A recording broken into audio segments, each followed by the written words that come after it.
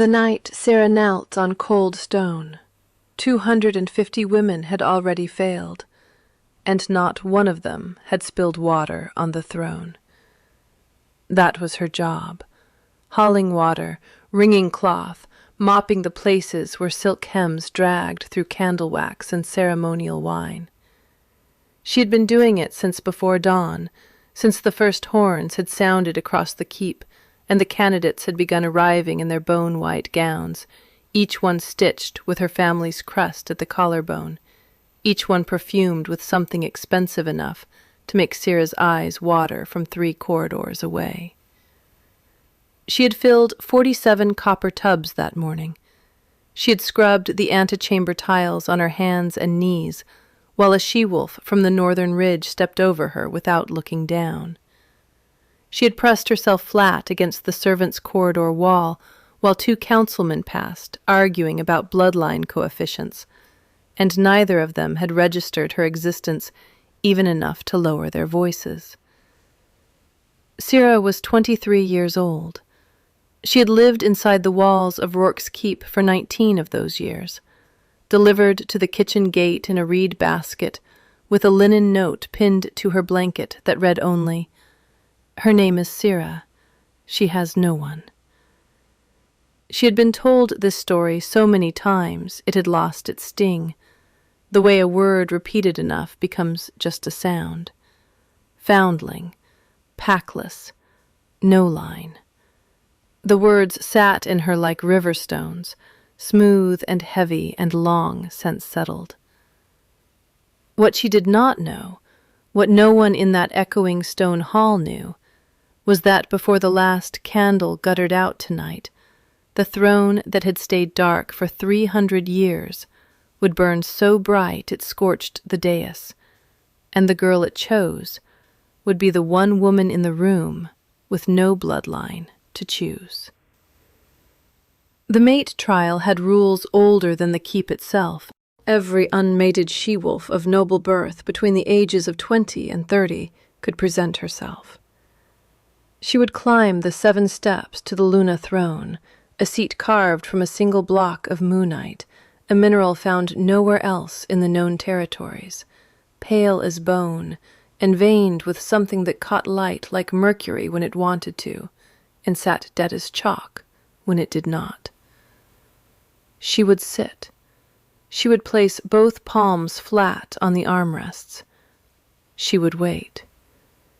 If the throne recognized her, if it deemed her worthy of the bond, the stone would glow, silver white, warm, alive, and the Alpha would have his Luna. If it did not, the stone stayed cold, and the candidate descended in silence, and no one spoke of it again. That was the theory. In practice, Sarah had watched the ceremony devolve across 12 hours into something closer to a performance. The early candidates had been dignified, composed, their heartbeats barely flickering as they ascended and descended, with the grim grace of women who had been prepared for this since girlhood. By midday, the composure had cracked. There were tears. There were whispered prayers. A she-wolf from the eastern marshes had gripped the armrest so hard her claws had extended, leaving pale gouges in the moonlight, and 2 guards had to ease her off while she snarled that the throne was broken, that it had to be broken, because her grandmother had been Luna, and the line was pure. Alpha Rourke had watched it all from his raised platform at the hall's far end, separated from the throne by 30 feet of open stone, and a silence that felt heavier than the distance. Sarah had stolen glances at him when her duties brought her close enough to the dais. He sat the way he always sat, one hand loose on the arm of his chair, the other resting on his thigh, his jaw set in that particular way that made the tendons in his neck stand taut. His eyes moved with each candidate, tracking her ascent, her placement, her descent, but his expression gave nothing. He was 31 years old, and had held the Alpha seat for 9 of those years. the youngest alpha in 4 generations, and the keep's rumor mill had long since established that his patience for the trial was not patience at all, but something closer to controlled fury. 3 years of trials, 3 years of empty thrones and cold stone, and councilmen whispering that perhaps the throne's mechanism had simply failed, that perhaps it was time to select Eluna by vote, by treaty, by arrangement. Sarah had heard the rumors the way servants heard everything, through walls, through floors, through the gaps in conversations that highborns forgot to seal. The braziers were the council's idea. Massive iron bowls of banked coal and aromatic resin, positioned at the 4 corners of the hall, ostensibly for warmth and ceremony, practically because Councilman Aldrich had argued that the throne responded to ambient heat signatures, and that raising the hall's temperature might coax a reaction. It was, by any reasonable measure, nonsense. And Sarah had seen Alpha Rourke's eyes close for a fraction of a second when the suggestion was made. The kind of micro-expression that only someone accustomed to watching powerful people from the edges of rooms would catch. But he had allowed it. He allowed most of the council's theatrical additions, Sarah suspected, because refusing them cost more political capital than the concessions were worth, and because every failed modification was another data point proving that the council did not understand the throne any better than anyone else.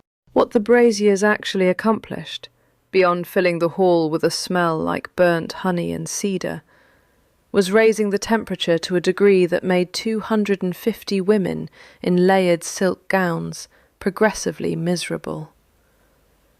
By the 212th candidate, the hall was sweltering. By the 239th, a she-wolf named Christina from the Silver Lake district fainted on the 3rd step, her body folding sideways in a cascade of white fabric, and the hall erupted in whispered chaos. That was when the steward turned to the servants' line and pointed at Sarah. "You, get her off the steps. Clear the path for the next candidate. We are behind schedule." Sarah set down her water pail. She crossed the 15 feet of open floor between the servants' alcove and the dais in the kind of silence that only came from 19 years of practice at being invisible. She knelt beside Christina, checked her breathing, loosened the high collar that was pressing against her throat. Christina's pulse was strong, her skin flushed but not dangerously hot. Just the heat, just the absurd, unnecessary, council-mandated heat. Sarah shifted her weight to help lift the unconscious woman, and her left knee slid forward on the polished stone, and her kneecap grazed the base of the throne. The light did not bloom, it detonated. Silver white, blinding, a pulse that expanded outward from the throne's base like a shockwave made of moonlight. It hit the braziers, and the coals flared and died. It hit the windows, and the glass sang, a high, thin note that Sarah felt in the bones of her jaw. It hit the assembled candidates, and every single one of them flinched, hands rising instinctively against the glare. And it hit Alpha Rourke, and he was on his feet before the pulse had finished expanding, his chair toppling backward, his eyes locked on the throne, with an expression Sarah had never seen on his face and could not immediately name. The stone beneath her knee was warm, not warm like the braziers, warm like a living thing, like skin, like the sun-baked rocks along the river where she used to sit as a child and press her palms flat and pretend the warmth was someone holding her hand. She looked down. The moonlight was glowing, every vein in the stone lit from within, mercury bright and pulsing in a rhythm, she realized, with a lurch of something between wonder and terror, matched her own heartbeat. She tried to pull away. The light held. Not physically. There were no chains, no force, nothing gripping her.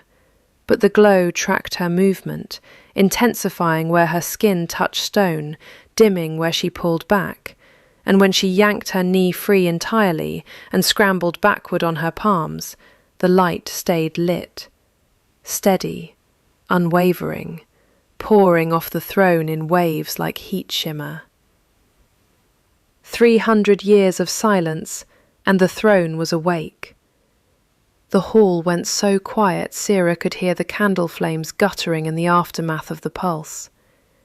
Then Councilman Aldrich's voice, high and tight and stripped of every veneer of authority, cut through the silence. "Remove her." The guards hesitated. Aldrich's voice cracked upward. "She is a servant. She touched the throne without authorization. Remove her from the dais immediately." 2 guards moved. They reached for Sarah's arms, and the throne pulsed again, a barrier, invisible but dense, like walking into a wall of warm water, and both guards stumbled back with their hands pressed to their chests and their eyes wide. The light held. Sarah's heartbeat held. And across 30 feet of open stone, Alpha Rourke descended from his platform with the slow, measured stride of a man who had just been handed the answer to a question he had been asking for 3 years. He stopped at the edge of the barrier. Sarah was still on the ground, her servant's uniform streaked with candle wax and Christina's powder, her hair coming loose from its tie, her hands shaking. She looked up at him and expected the expression she had seen on Aldrich's face, confusion and disgust, wrapped in the frantic energy of a man whose carefully maintained reality was crumbling. Instead, she found something steady, something almost like recognition. Rourke extended his hand, palm up, fingers loose, the way you would reach for something you did not want to frighten. The barrier let him through.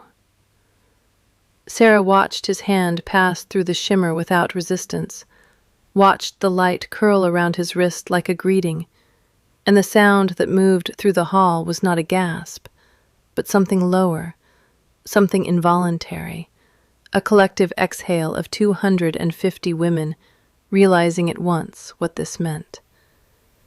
"No," Sarah whispered. It was not a refusal. It was disbelief vocalized, the sound of a woman whose entire identity had been built on the certainty of her own insignificance, encountering evidence to the contrary. His hand stayed where it was, steady, patient. His eyes did not leave hers. They were dark, not the poetic dark of stories, but a real dark, brown so deep it looked black in the throne's silver light, and they were asking a question his mouth had not spoken. She took his hand. His fingers closed around hers, and his skin was warm and rough and real, calloused across the palm from sword work, and the contact sent a current through her that was not magic, or not only magic, but something bodily, something that lived in her pulse and her breath, and the sudden acute awareness of exactly how close he was standing. The throne flared once more, bright enough to cast shadows on the vaulted ceiling, and then settled into a steady glow that held like a heartbeat. He did not let go of her hand. "Everyone out," he said. His voice was low, and carried the way alpha voices carried, not through volume, but through a resonance that sat in the chest of every wolf in the room. "The hall is closed." Aldrich stepped forward. "Alpha Rourke, the council must convene immediately to discuss the unprecedented nature of this." And Rourke turned his head, and the look he gave the councilman was not angry, was not threatening, was simply finished, in a way that made Aldrich's next word die unspoken. "By nightfall," he said, turning back to Sarah, You will be under my formal protection. No one touches you, questions you, or approaches you without my direct authorization." The words were spoken to her, but aimed at the room. The council filed out. The candidates filed out. The guards filed out. Sarah stood in the silver light of a throne that should not have chosen her, her hand in the hand of the most powerful wolf in the territory, and felt the entire architecture of her life rearrange itself around a single, impossible fact. The days that followed were a fever dream stitched from silk and suspicion. Sarah was moved from the servants' quarters, a narrow cot in a room she shared with 3 other water carriers, to a suite in the east wing that had its own fireplace, its own bathing room, and windows that looked out over the keep's interior garden. The clothes that appeared in the wardrobe were not hers, but they fit, and that small detail unsettled her more than anything because it meant someone had looked at her, studied her measurements while she was invisible, and she could not decide if the feeling that produced was comfort or surveillance. Macy, the head laundress who had raised Sarah from the basket, was the first person allowed through the door, and she arrived with wet eyes and a basket of honey cakes and the particular brand of fierce, weathered love that came from 20 years of caring for a child she had never been given permission to formally claim. "My girl," Macy said, holding Sarah's face in both hands, her thumbs rough against Sarah's cheekbones. "You listen to me.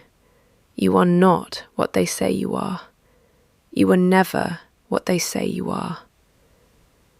Sarah covered Macy's hands with her own and felt the familiar calluses, the cracked nails, the warmth that smelled of lye soap and lavender, and for a moment the silver light and the silk and the impossible throne fell away, and she was just a girl in a laundry, and someone loved her, and that was enough. But it was not enough for the council.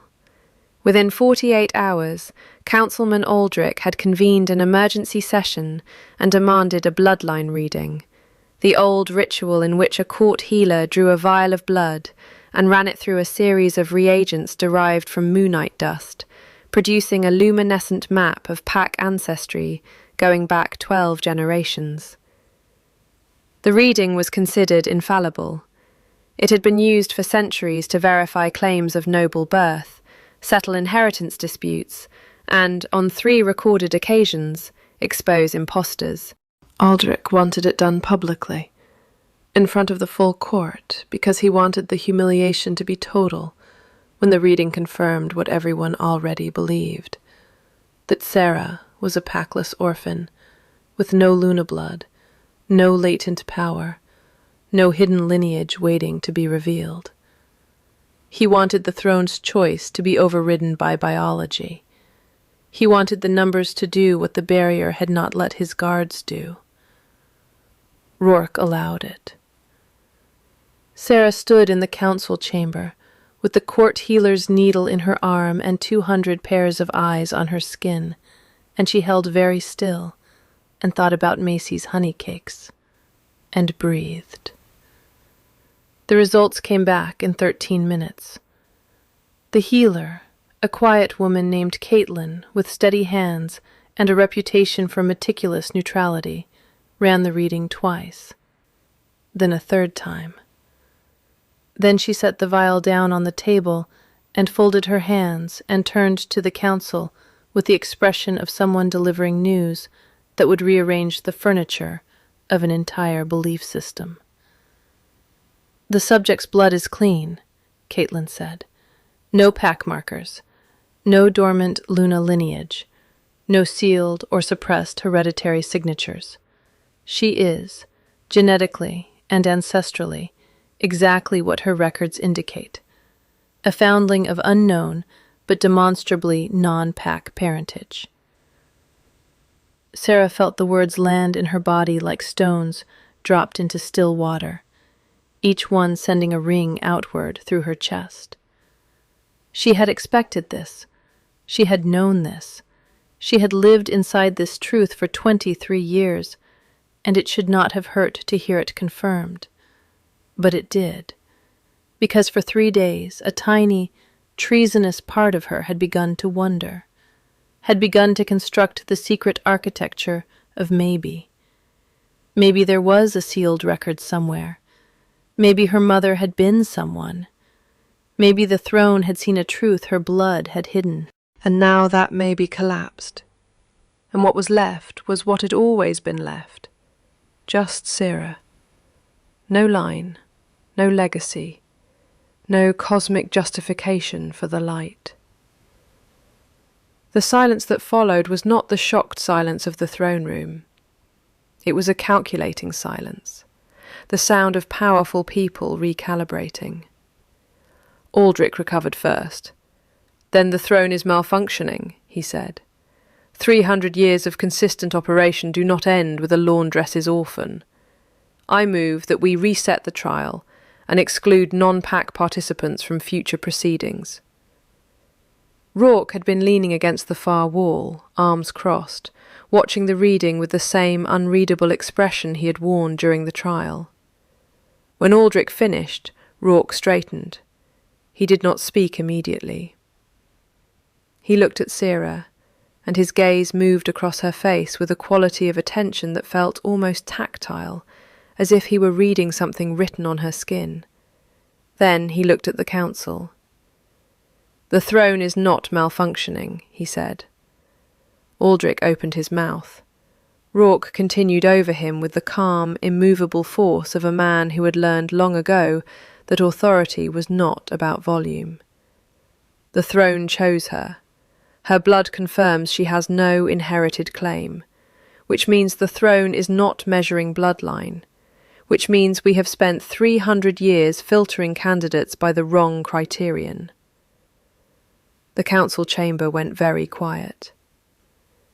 "And the question," Rourke said, "is not who she is. The question is what the throne actually sees, and why that question frightens you more than any pretender ever did."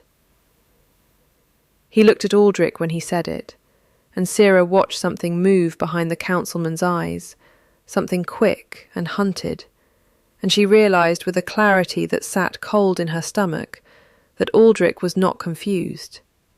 He was afraid. Not of her, of the answer. The days turned into weeks, and the keep became a crucible. Sarah was given a tutor, a patient older wolf named Oliver, who had served 3 alphas and who taught her court protocol with a gentle persistence of water wearing stone. She learned which fork signaled the end of a course. She learned how to address a visiting alpha without implying submission or challenge. She learned that the curtsy she had been performing her entire life as a servant, the deep bend with eyes down, was actually the formal greeting of a bonded Luna to her alpha's court, and that she had been doing it unconsciously for years. And Oliver had looked at her with an expression she could not read when she told him that. Rourke was present in her life the way weather was present, pervasive and felt even when not directly visible. He ate breakfast with her in the small dining room that adjoined her suite, arriving each morning with a punctuality that Sarah suspected was the closest thing to tenderness his position allowed him. He spoke to her in short, direct sentences, never condescending, never ornamental. He asked about her comfort, her sleep, her appetite, and the questions were simple, but the attention behind them was not.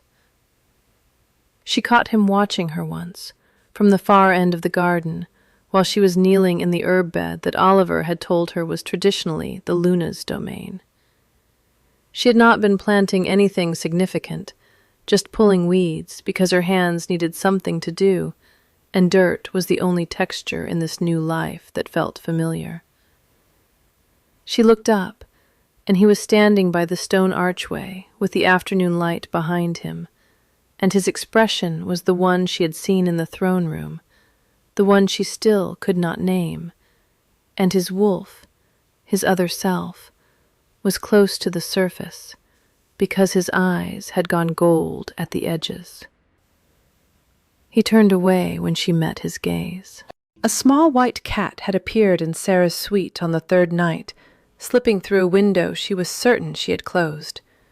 It was not a kitten, but not fully grown, with one torn ear and fur that was more gray than white in the places where it had clearly survived something. It curled at the foot of her bed and purred with a ragged, defiant persistence that sounded like a small engine refusing to quit.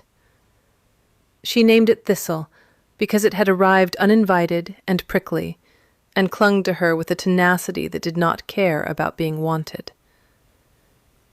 Rourke noticed it during a morning breakfast, and paused with his cup halfway to his mouth, and stared at the animal with a particular expression of a man whose carefully maintained emotional perimeter had just been breached by something too small to fight.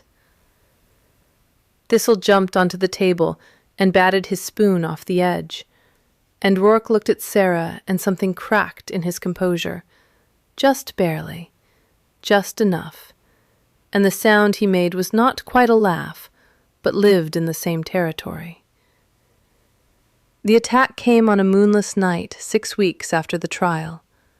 Sarah woke to Thistle's claws in her shoulder and the sound of the window breaking inward, and a shape in the darkness that moved wrong, too fast, too low, and smelled of the bitter metallic tang she would later learn was ashbane, the only substance that could suppress a wolf's shift and poison the blood if it reached the heart.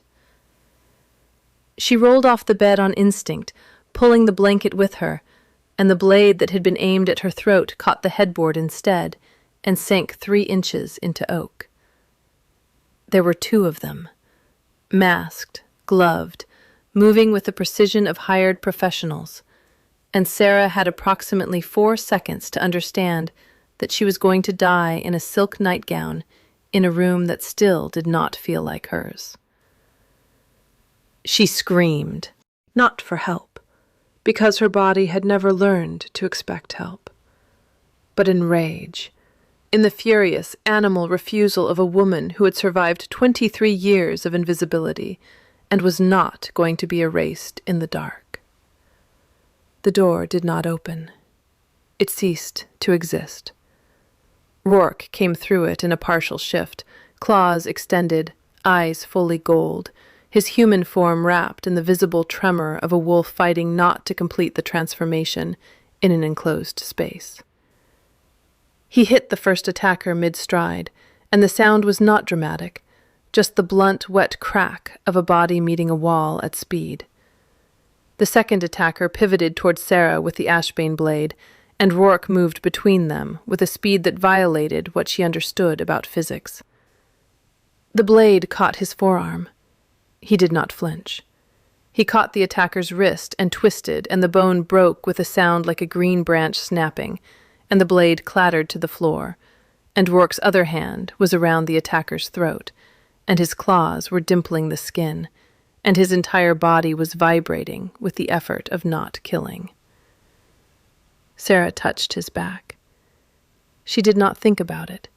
She just reached out and pressed her palm flat between his shoulder blades, against the heat of his skin through the torn fabric of his shirt, and she felt the vibration slow, felt his breath catch, felt something pass between her hand and his body, not magic, not the throne's light, but a signal older than either, the simple mammalian message of, I am here, I am safe, you can stop.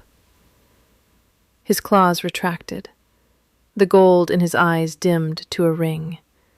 He dropped the attacker, who crumpled, gasping, and turned to her with blood running from the ashbane cut on his forearm, and his voice when he spoke was rough and low and shaking. Are you hurt? It was not a question. It was a demand that the universe deliver the answer he needed. No, she said. His eyes closed, just for a moment. Then he opened them and looked at the wound on his arm, where the ashbane was already working, the skin around the cut turning gray, the blood darkening, and Sarah saw the pain register in the tightening of his jaw, and dropped to her knees and took his arm in both hands and said, "Sit down. Let me see it," in the voice she used to use in the laundry when one of the younger girls burned herself on a pressing iron. And Rourke, alpha of the Eastern Territories, commander of 1,200 wolves, sat on the edge of her bed and let a foundling girl with no bloodline hold his arm and clean his wound, while Thistle settled on the pillow behind him and purred. The investigation traced the attackers to a mercenary company based outside the territory.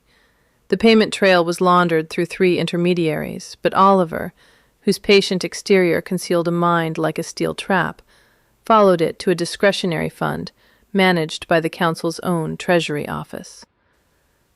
Aldrich denied involvement with the smooth, practiced ease of a man who had been denying things professionally for decades.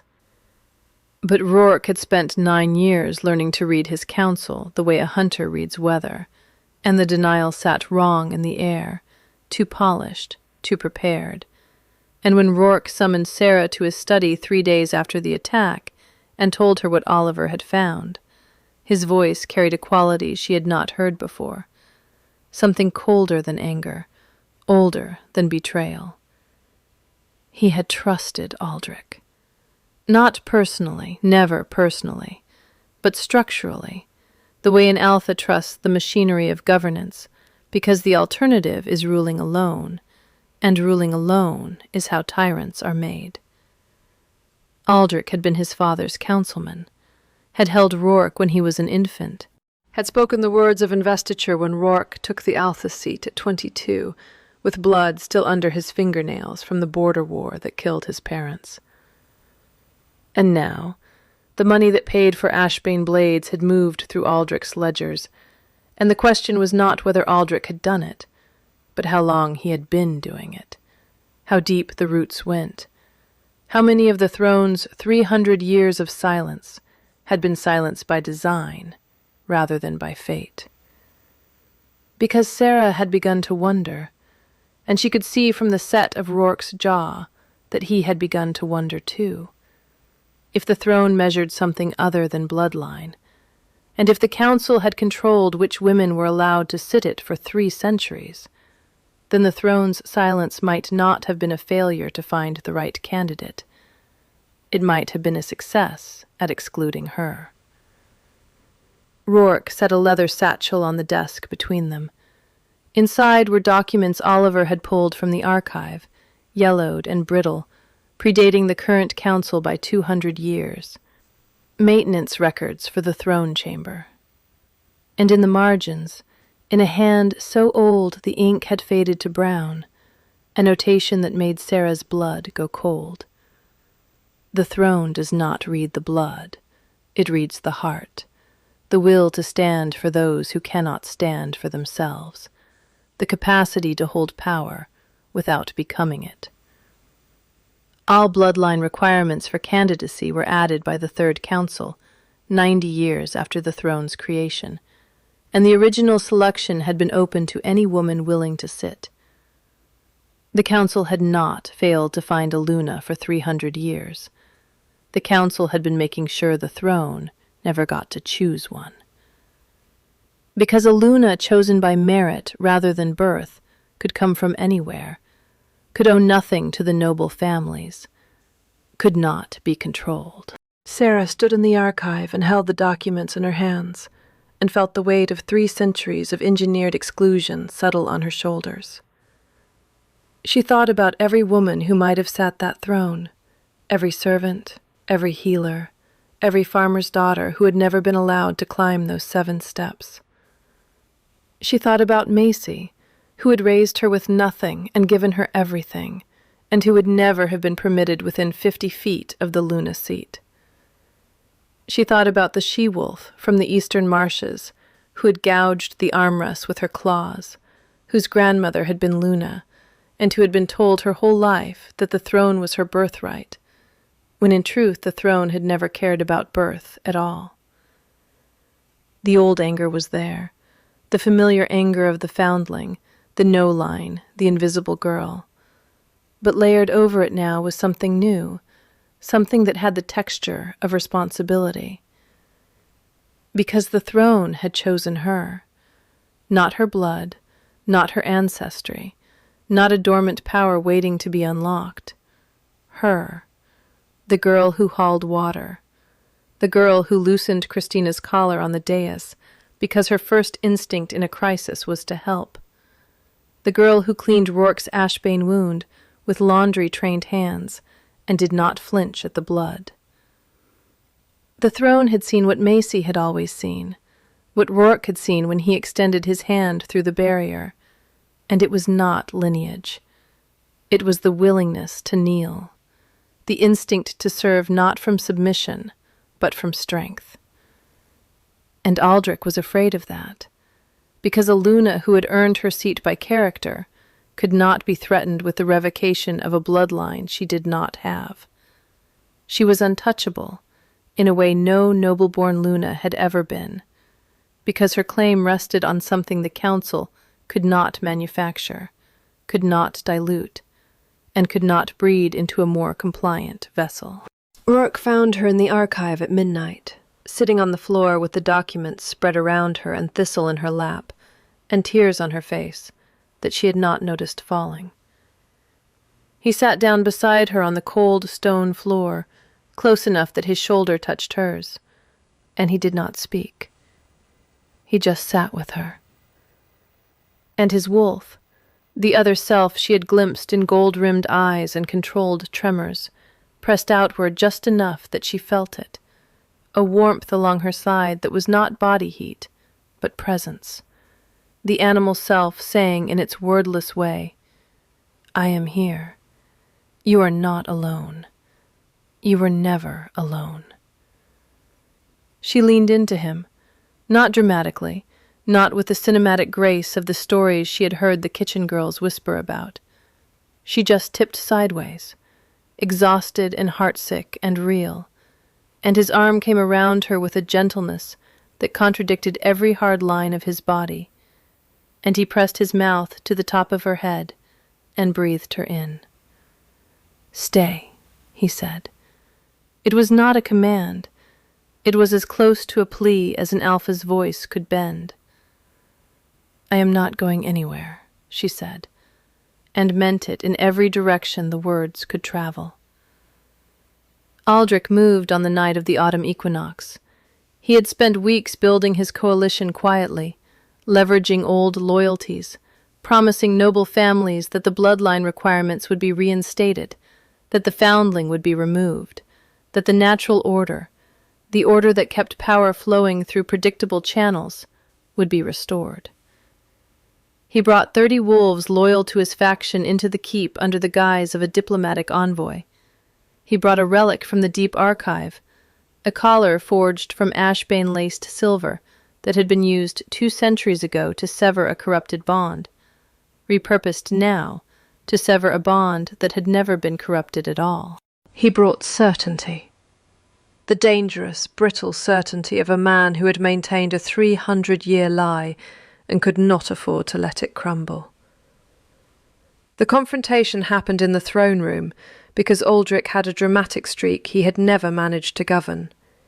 He seized Sira from her suite while Rourke was dealing with the false envoy at the gates, a distraction that had been timed with military precision, and he dragged her to the dais with 2 guards holding her arms and the ashbane collar in his hand, and he stood before the cold throne and began the invocation that would, he claimed, reveal her as unworthy and strip whatever false connection she had forged with the sacred seat. The throne stayed dark. Sira knelt on the stone with the collar inches from her throat and felt the cold of the ashbane radiating against her skin, a cold that went deeper than temperature, that reached into the place where the hum lived, the quiet vibration she had carried since the night of the trial, the steady pulse that matched the throne's light and Rourke's heartbeat and her own. Aldrich was speaking. He was using the old words, the formal invocation, and his voice was steady and righteous and absolutely convinced.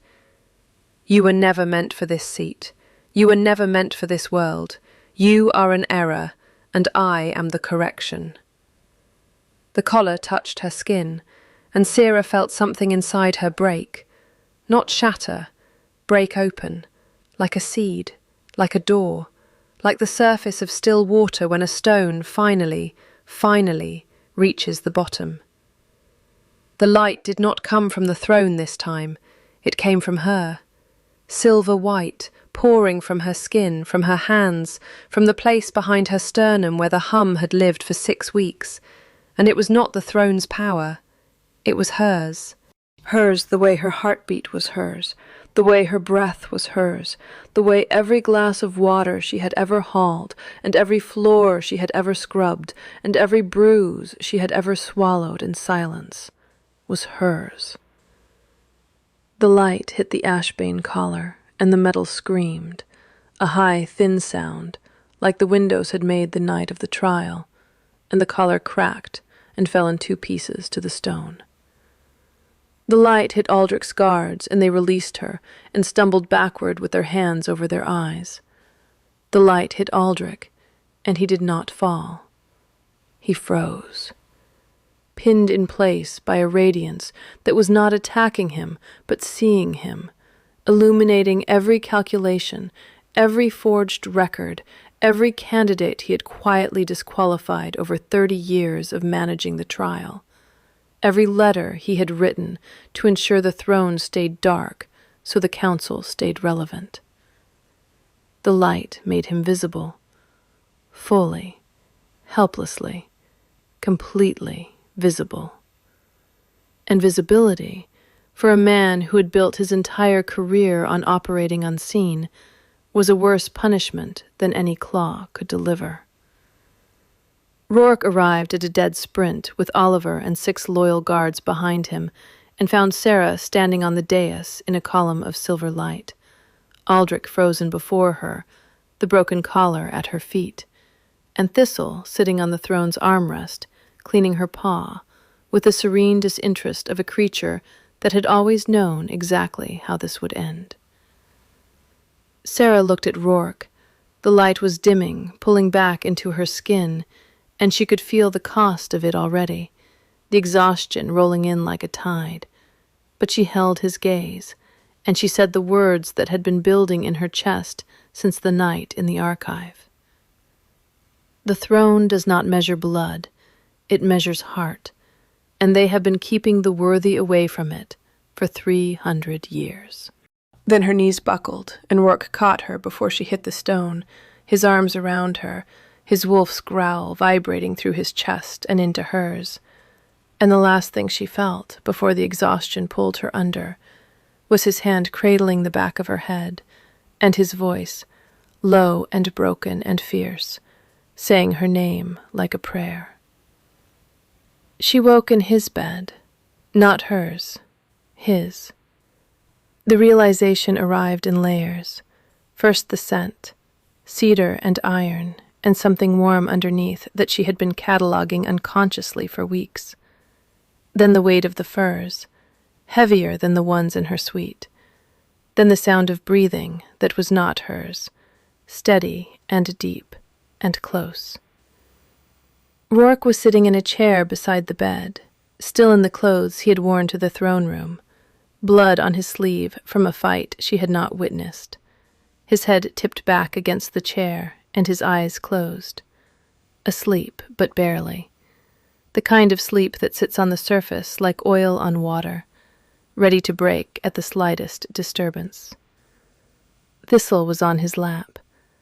The cat had arranged herself with the imperious comfort of a creature who had decided that this particular human was acceptable furniture, and one of Rourke's hands was resting on her back, his fingers curled loosely in her fur. And Sarah looked at the image, the exhausted alpha and the battered cat, and felt something vast and simple move through her chest. She said his name, Cale, his first name, the one she had heard Oliver use once, and had been carrying in her mouth since, waiting for the right moment to speak it. His eyes opened, gold at the edges, then brown, then just his, just him, awake and aware, and looking at her with the expression she could finally name. It was not recognition, it was relief. The relief of a man who had been searching for 3 years and had found what he was looking for in the last place anyone would have looked. And it was awe.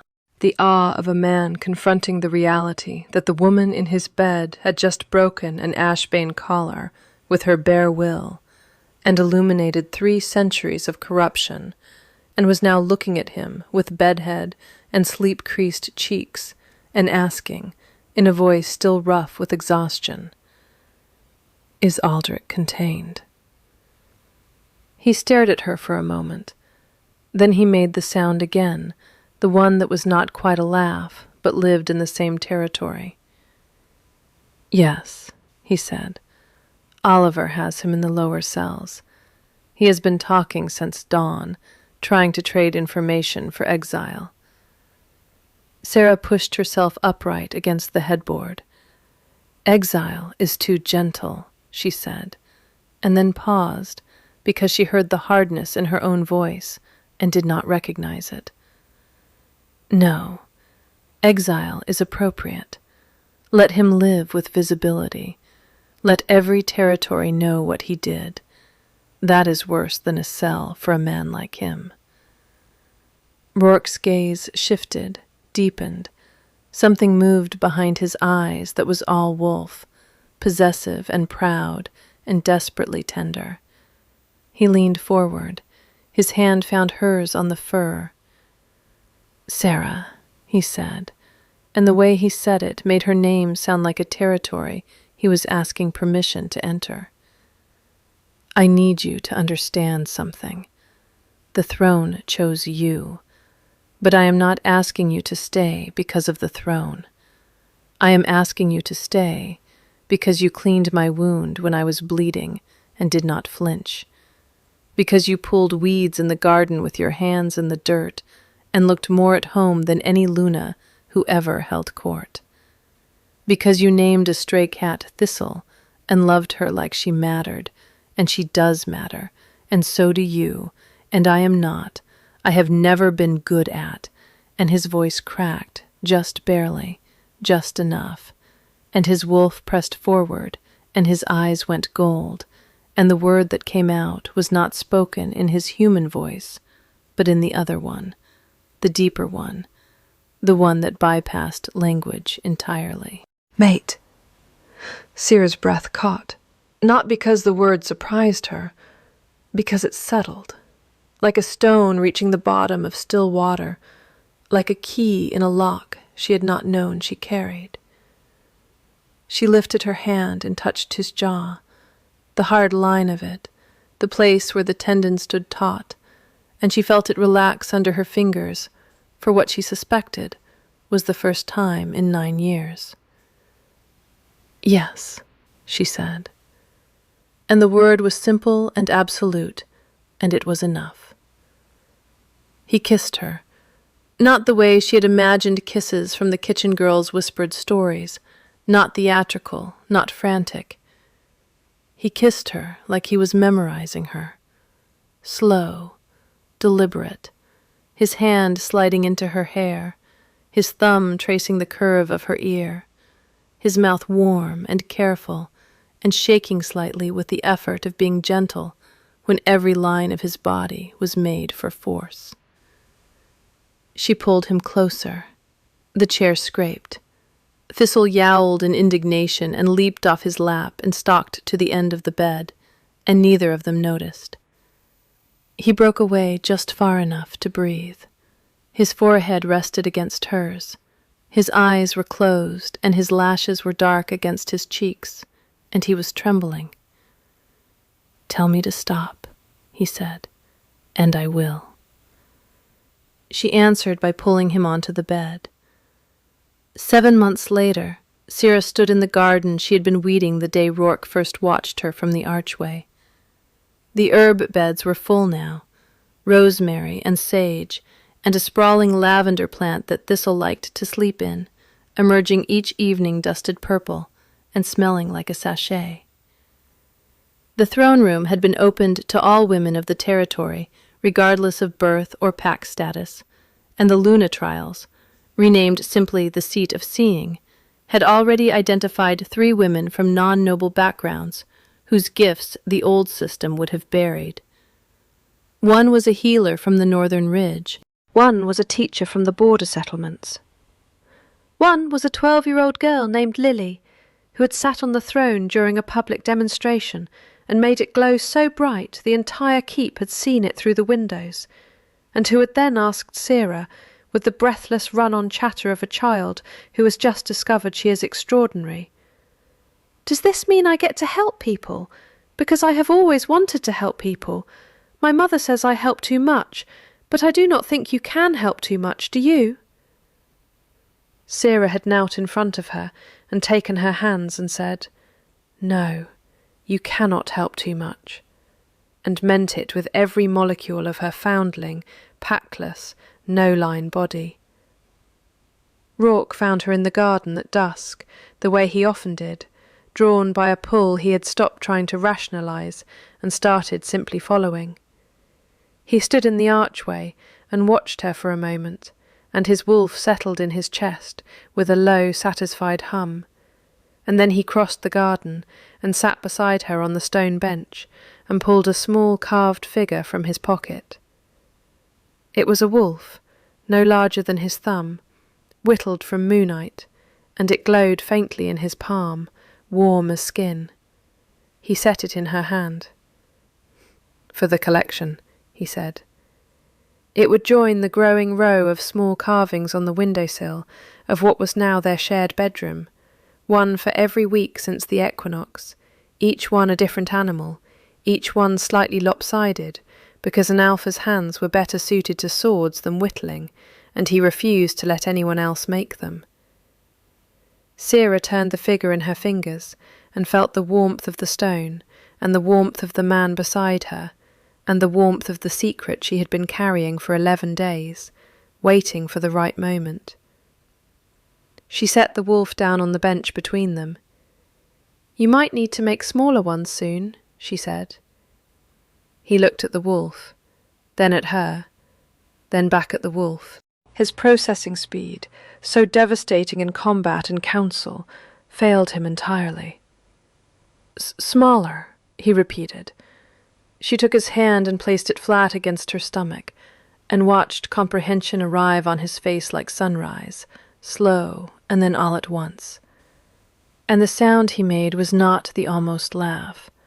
It was something she had never heard from him before. It was joy, unguarded and total, cracking through every layer of restraint he had ever built. And his arms came around her, and he lifted her off the bench, and held her against his chest, and his wolf howled, not with his throat, but with his whole being, a sound that resonated through the bond, and through the keep, and through the garden where the lavender trembled, and Thistle opened one eye from her purple nest, and closed it again, unimpressed, as she had always been, by the dramatics of wolves. Sarah pressed her face into his neck and breathed him in, and felt the hum in her chest, steady and sure, the same hum the throne had answered on the night 250 women failed, and a foundling's knee grazed the stone. And she thought about what the throne had seen. Not blood, not power, not destiny, but the willingness to kneel for someone else's sake, the strength to stand in your own light, even when every voice in the room says you have no right to shine. And she held her mate and carried their child, and knew, with the settled certainty of a stone at the bottom of still water, that she had always been enough. So, what would you rate this story from 1 to 10? Let us know in the comments, and if it hit you the way it hit us, go ahead and subscribe. We have stories coming that will make you laugh, cry, and stay up way past your bedtime, and we do not want you to miss a single one. Hit that bell so you never miss an upload, and we will see you in the next one.